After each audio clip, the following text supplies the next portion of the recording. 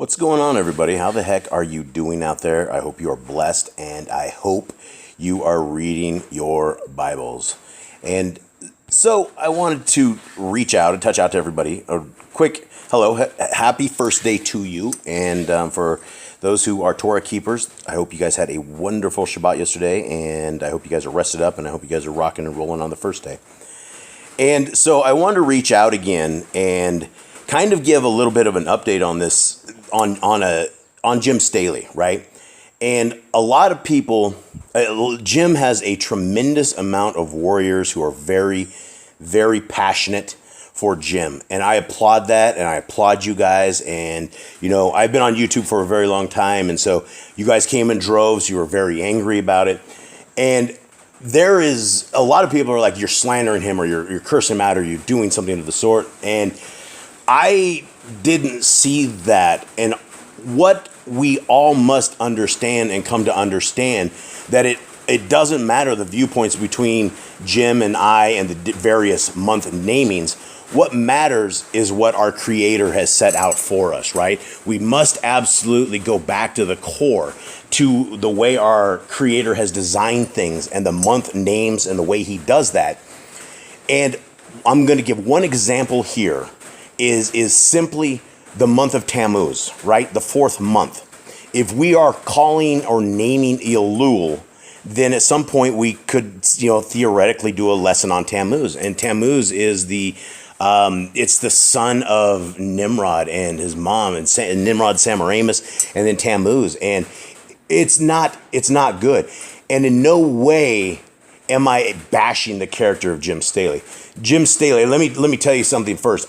We would not be sitting here talking at all if it wasn't for Jim Staley. And I've said this more than a dozen times, and I believe it without a shadow of a doubt, that Jim Staley is the best teacher inside of this century, and probably beyond, because he has the complete package of everything, right? And I've met people down here in Central America that are, they have become Torah keepers, and they become Torah keepers simply because of the message of Jim Staley. And so Jim is under attack, right? Jim has always been under attack. And when he first had his first ministry, it was a whole bunch of evil people inside of that church that sold him out.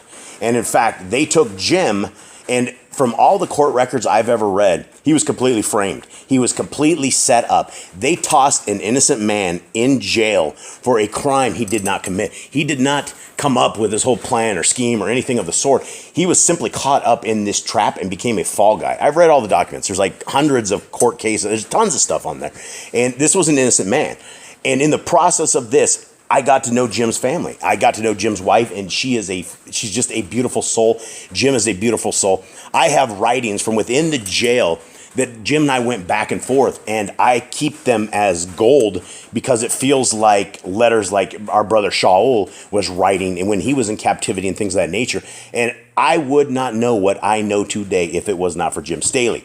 So when you guys think that I'm sitting here busting out Jim, and I say every bit of this in love, because we have to be right with our doctrine, right? We have to be right with our doctrine. And that was my only point. We must and we need to pray for Jim and his family and his ministry. Simply put, the videos that disappeared from the internet are irreplaceable, right? They are things that are, he had everything, from the very beginning stuff. And these are videos that not only saved lives and souls, but this brought generations of Torah keepers, right? My kids are going to be Torah keepers because of the things we learned from Jim.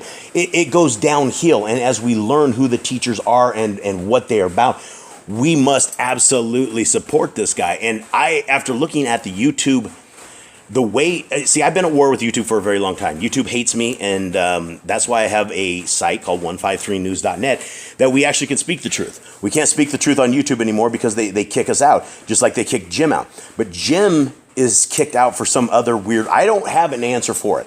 I don't know if it was Yah saying we shouldn't be calling things of this nature this or something. I don't know. I was only mising, I was only wondering, and I was trying to teach you guys that we shouldn't have them. We should have month names. We should be month 1 to month 2, month 3, month 4, month 5, all the way to like month 13, which is a leap year, and then we have days set up on that. And there's no naming in it, and the naming in the Bible is all from Babylon. That's my only point. So the way YouTube kicked Jim off, I believe, is probably a mistake. I believe that I can't honestly believe that all of his stuff for all these years would be ripped out like that. I can't understand our creator's thoughts process on this, and the more I think about it, I think it's a mistake. And so whatever the future is for the kingdom, I am asking all of you guys on these channels that I have to please pray for Jim Staley. Please pray for his ministry. Please pray that Yah will let his will be done, whatever his will is to be done.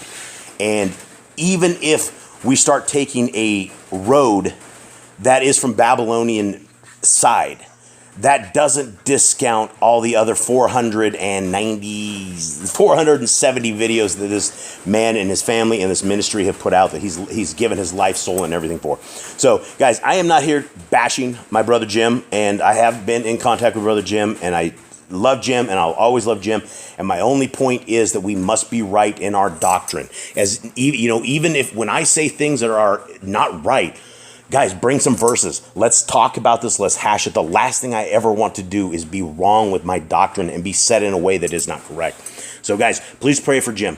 Please pray that YouTube will restore his YouTube ministry, because that is a tremendous amount of views. Then that our creator will give him the vision from this point going forward on how he can bring his ministry online where it can't be taken offline.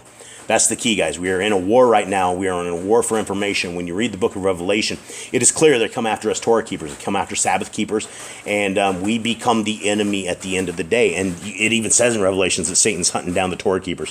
So, guys, much love to you. The good news on all of this is our Creator is mightier than all of this, and our Messiah is a warrior, and our Messiah is going to come and level the playing field and protect all of us. We may not make it out with skin. We may not make it out with bones, but we will make our soul out if you guys keep your eyes to the grind and make sure that you are reading your Bibles and keeping with what the Father says to do. Much love to you all. I am out.